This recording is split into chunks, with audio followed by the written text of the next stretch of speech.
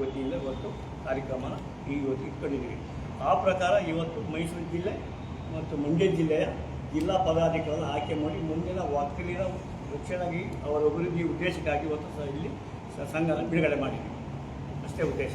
Sir ತಮ್ಮ ಪರಿಚಯ sir? ನಾನು HP ಸೋಮಶೇಖರ್ ಅಂತ, ರಾಜ್ಯದ ಹಿಂದುಳಿದ ಒಕ್ಕಲಿಗರ ಅಭಿವೃದ್ಧಿ ಸಂಘದ ಅಧ್ಯಕ್ಷರು, ಚಿಕ್ಕಮಗಳೂರು ಜಿಲ್ಲೆ ಒಕ್ಕಲಿಗ ಸಮುದಾಯ ಅಧ್ಯಕ್ಷ, ಹಿಂದುಳಿದ ಒಕ್ಕಲಿಗ ರಾಜ್ಯ ಒಕ್ಕಲಿಗ ಸಮಿತಿ. ಸರಿ ಸರ್, ಯಾರು ಬಂದಿದ್ದೀರಾ ಸರ್ ನಿಮ್ಮ ಪದಾಧಿಕಾರಿ? ನಮ್ಮ ರಾಜ್ಯದ ಪ್ರಧಾನ ಕಾರ್ಯದರ್ಶಿಗಳಿದ್ದಾರೆ ದೇವರಾಜ್ ಅಂತ ಹಾಸನ ಜಿಲ್ಲೆಯವರು, ಕಾರ್ಯಾಧ್ಯಕ್ಷರು ರೇಣು ಕುಮಾರ್ ಅವರು ಹಾಸನ ಜಿಲ್ಲೆಗೆ ಬರ್ತಾರೆ.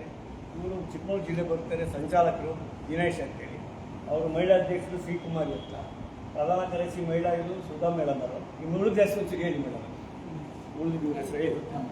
ಅಲ್ಲಿ ಅವರು ಸರ್ ಹೆಸರು ಜಿಲ್ಲಾಧ್ಯಕ್ಷರು ಮಂಡ್ಯ ಮೈಸೂರು ಹೇಳಿ.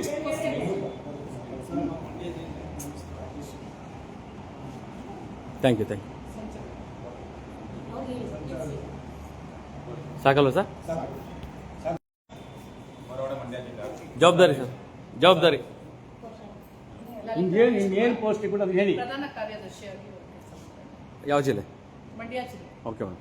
ನಾನು ಮಂಡ್ಯ ಜಿಲ್ಲೆ ಪದ್ಮಮೋಹನ್ ಅಂತ, ಮಂಡ್ಯ ಜಿಲ್ಲೆ ಅಧ್ಯಕ್ಷ.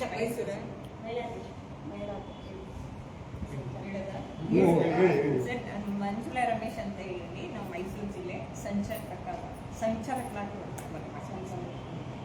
ಶೋಭಾ ಸತೀಶ್ ಸಹ ನಿರ್ದೇಶಕರು, ಮೈಸೂರು ಜಿಲ್ಲೆ. ನನ್ನ ಹೆಸರು ಕವಿತಾ, ಮೈಸೂರು ಜಿಲ್ಲೆ ಉಪಾಧ್ಯಕ್ಷ. ನನ್ನ ಹೆಸರು ರತ್ನ, ಮೈಸೂರು ಜಿಲ್ಲೆ ಪ್ರಧಾನ ಕಾರ್ಯದರ್ಶಿ. ಓಕೆ ಅಮ್ಮ, ನೀವು? ನಾನು ಮೈಸೂರು ರಾಜ್ಯ ಹಿಂದುಳಿದ ಒಕ್ಕಲಿಗರ ಸಂಘದ ಮಹಿಳಾ ಪ್ರಧಾನ ಕಾರ್ಯದರ್ಶಿ. ಅಕ್ಕ ನೀವು? ಸುಧಾಮಣಿ. ಶ್ರೀಕುಮಾರಿ ಅಂತ, ರಾಜ್ಯ ಒಕ್ಕಲಿಗರ ಸಂಘ ಮಹಿಳಾ ಹಿಂದುಳಿದ. ಸರಿ ಅಕ್ಕ. ನಮಗೆ ರಾಜ್ಯ ಒಕ್ಕಲಿಗ ಒಂದು ಇದೆಯಲ್ಲ ಮಾಮೂಲಿ ಎಲ್ಲರಿದೆ. ಹಿಂದುಳಿದ ವರ್ಗಗಳಂತೆಯೇ ನಮ್ಮ ಬಡವರು ಇದೆ ಜನಾಂಗ ವಿಚಾರದಲ್ಲಿ. ನಮಗೆ ಗೌರ್ಮೆಂಟ್ ಸರ್ಕಾರದ ಮೂಲಕ ಇರಲಿಲ್ಲ. ನಮಗೆ ಈ ಜನರಲ್ ಒಕ್ಕಲಿಗೆ ರಾಜ್ಯ ಒಕ್ಕಲಿಗ ಸಂಘ, ಅದು ರಾಜ್ಯ ಒಕ್ಕಲಿಗ ಸಂಘ ಏನು ಮಾಡಿದರೆ ಅವರು ಸ್ವಂತ ಪ್ರೈವೇಟ್ ಅವರು ನಮ್ಮ ಸರ್ಕಾರ ಸವಲತ್ತುಗಳನ್ನು ತಗೊಂಡಿಲ್ಲ. ನಮಗೆ ಯಾವುದೇ ರೀತಿಯಲ್ಲೂ ಈ ಒಕ್ಕಲಿಗರಿಗೆ ಮೀಸಲಿಟ್ಟು ಒಳ ಮೀಸಲಿಟ್ಟು ತಗೊಳಕ್ಕಿಲ್ಲ. ಎರಡನೇದಾಗಿ ನಮಗೆ ಸವಲತ್ತಿಲ್ಲ.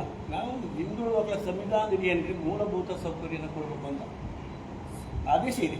ಆ ಪ್ರಕಾರ ಏನು ನಾವು ಹಿಂದುಳಿದ 2.5 ಲಕ್ಷದ ಆಯ್ದ ಒಳಗೆ ಇರ್ತಕ್ಕಂಥ ಮಧ್ಯಮ ವರ್ಗದ ಬಡವರಿಗೆ ರಾಜ್ಯ ಸಮಿತಿಯಿಂದ ನಮಗೆ ಸರ್ಕಾರನೇ ನಮಗೆ ಮೂಲಭೂತ ಸೌಕರ್ಯ ಕೊಡಬೇಕಂತ ಸಂಘನ ಸ್ಥಾಪಿಸಿದೆ. ಇದೇ ಉದ್ದೇಶಕ್ಕೆ.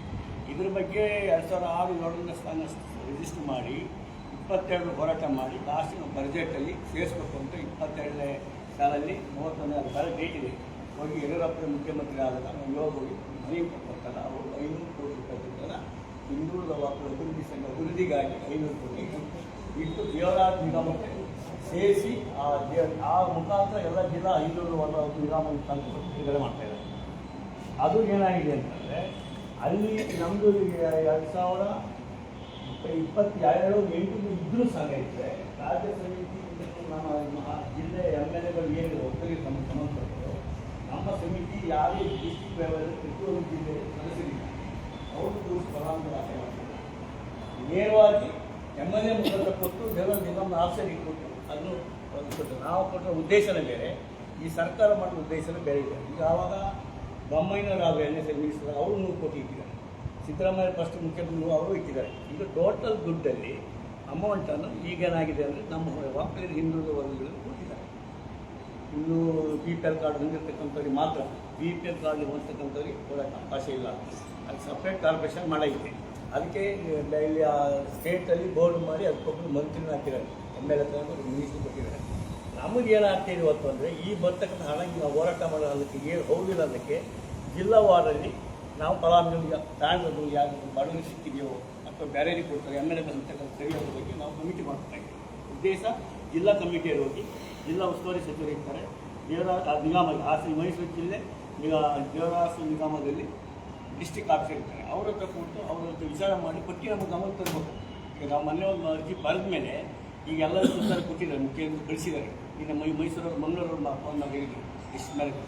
ಈಗ ನಾವು ಮಾಡೋದು ಜಿಲ್ಲಾಧೀಶ ಕೆಲಸ ಏನಂತಂದರೆ ನೀವು ಖುದ್ದಾಮಾಗಿ ಹೋಗಿ ಅಲ್ಲಿ ಏನು 22 ದಿನವರೆಗೆ ಹಣ ಬಂದಿದೆ, ಬಿಡುಗಡೆ ಇದೆ.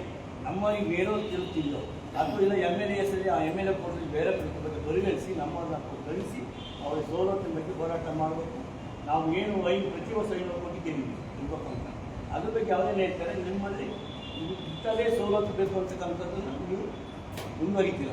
ಉತ್ತರ ಕರ್ನಾಟಕ ಜಾಸ್ತಿ ದುಡ್ಡು ಎಜುಕೇಷನ್ ಕೇಳಿದ್ವಿ, 26 ತಾರೀಕು ಎಜುಕೇಷನ್ ಕೊಡ್ತಾರೆ, ರೋಡ್ ಕೊಡ್ತಾರೆ, ಆಮೇಲೆ ಪಿಕಪ್ ಗಾಡಿ ಕೊಡ್ತಾರೆ, ಅಂಗಡಿ ಲೋನ್ ಕೊಡ್ತಾರೆ, ಸುಮಾರು ಕೊಡ್ತಾರೆ, ಬಿಟ್ಟು ಬಿಡುಗಡೆ ಮಾಡಿದ್ದಾರೆ.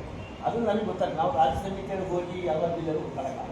ನಮಗೀಗ ನಮ್ಮ ಬೇಡಿಕೆ ಒಕ್ಕಲಿಗರು 22 ವರ್ಷ ಯಾರೇ ನಮ್ಮ ಬಡವರಿದ್ದಾರೆ, ಒಕ್ಕಲಿಗೆ ಬಿಡುಗಡೆ ಕೊಡಬೇಕು, ಗುರುತಿಸ್ಬೇಕು ಅಂತ ಯಾರು ಶಾಸಕರು ಹೇಳಿಲ್ಲ ಇಲ್ಲಿವರೆಗೆ. ನಾವು ಒಳ ಮೀಸಲಿಕ್ಕೆ ಬರಲ್ಲ, ಒಕ್ಕಲಿಗೆ ಪ್ರಕಾರ ಬರಲ್ಲ. ಈಗ ಎಲ್ಲ ಜಾರಿ ಇದ್ದಾಗ ಇದನ್ನು ಹಂಗೆ ಕೂತಿರುತ್ತೆ. ಇದನ್ನು ಮುಂದುವರಿಸಿ ಹೋಗ್ತಕ್ಕಂಥದ್ದು ರೀತಿ ಜಿಲ್ಲಾಧೀಶರಿಗೆ ಬರುತ್ತೆ. ಜಿಲ್ಲಾಧೀಶರು ಅಗತ್ಯವಾಗಿ ಆ ಪ್ರಕಾರ ನಾವು ಏನು ಬಿಡುಗಡೆ ಆಗೋದು ನಮ್ಮಲ್ಲಿ ತಲುಪ್ತಿದೆಯೋ ಇಲ್ಲೋ ಅದು ಇನ್ನು ಮುಂದೆ ನಮಗೆ ನಾಮನಿರ್ದೇಶನ ಕೊಡಿ ಅಂತ ಪ್ರತಿಯಾಗಿದೆ. ಒಂದು ಹೋರಾಟ ಮಾಡ್ತಾರೆ, ಇದು ಬೇರೆ ಇಲ್ಲ. ಹೋರಾಟ ಮಾಡಬೇಕಾಗಿರೋದು ಏನು ಜಿಲ್ಲಾ ಸಮಿತಿ ನಮ್ಮ ಲೀಡರ್ ಪ್ರತಿಯೊಬ್ಬರು ಸ್ಟೇಟ್ ಕಮಿಟಿ ಪದಾರ್ಥ ಅವತ್ತೊಂದು ಯಾರು ಕೊಟ್ಟಿದೆ, ಅದು ಸುತ್ತ ಸಮಾಜ ಕಳಿಸಿದ್ದಾರೆ. ಅದೆಲ್ಲ ಜಿಲ್ಲಾ ಸಮಿತಿ ಆಗೋದು ಮುಂದಿನ ಸೆಪ್ಟೆಂಬರ್ ಎಲ್ಲ ಮುಗಿಸಿ ನಮ್ಮ ಬೇಡಿಕೆ ಏನು ಮಂಡಿಸಿದ್ವಿ ಅದನ್ನು ನೇರವಾಗಿ ಸರ್ಕಾರ ಮುಂದೆ ನಾವು ತಲುಪೋದಿದ್ರೆ ಬೇರೆ ಏನು ಇಲ್ಲ. ಅದ್ರ ಉದ್ದೇಶ ಏನಾಗಿದೆ ಅಂದರೆ ಜಿಲ್ಲಾ ಸಮಿತಿ ಇದ್ದರೆ ನಮಗೆ ಒಂದು ಸಂಘಟನೆ ಮಾಡ್ಕೊಂಡ್ರಾಗಿದೆ. ಜಿಲ್ಲಾ ಸಮಿತಿ ಇದ್ದರೆ ಈಗ ನಾವು ರೆಡಿ ಮಾಡಿದ್ದೀವಿ. ಈಗ ಜಿಲ್ಲಾ ಉಸ್ತುವಾರಿ ಸಚಿವರಿಗೆ ಕೊಟ್ಟರೆ 26 ಗೇಟ್ ಜನ ಕೊಟ್ಟಿದ್ದಾರೆ. ಏನೇನು ಉದ್ದೇಶ ಕೊಟ್ಟಿದೆ ಅದು ನಮ್ಮ ಬಡವರಿಗೆ ತಿಳಿತಿದೆಯಾ, ಇಲ್ಲ ಆ ದುಡ್ಡನ್ನು ಬಳಸಿದ್ದಾರೆ ಬೇರೆಯವರು. ಇದ್ರ ಬಗ್ಗೆ ಗುರುತಿಸ್ಬೇಕು. ನಮ್ಮನ್ನು ಗುರುತಿಸಿದಾಗ ಅವ್ರನ್ನ ಕಾರಣ ಅವ್ರ ಸಭೆ ಮುಖಾಂತರ ನಮ್ಮ ಸಂಘ ಮುಂದೆ ತೂಗಿಸ್ಬೇಕು. ಇಷ್ಟೇ ಇದ್ರ ಉದ್ದೇಶ.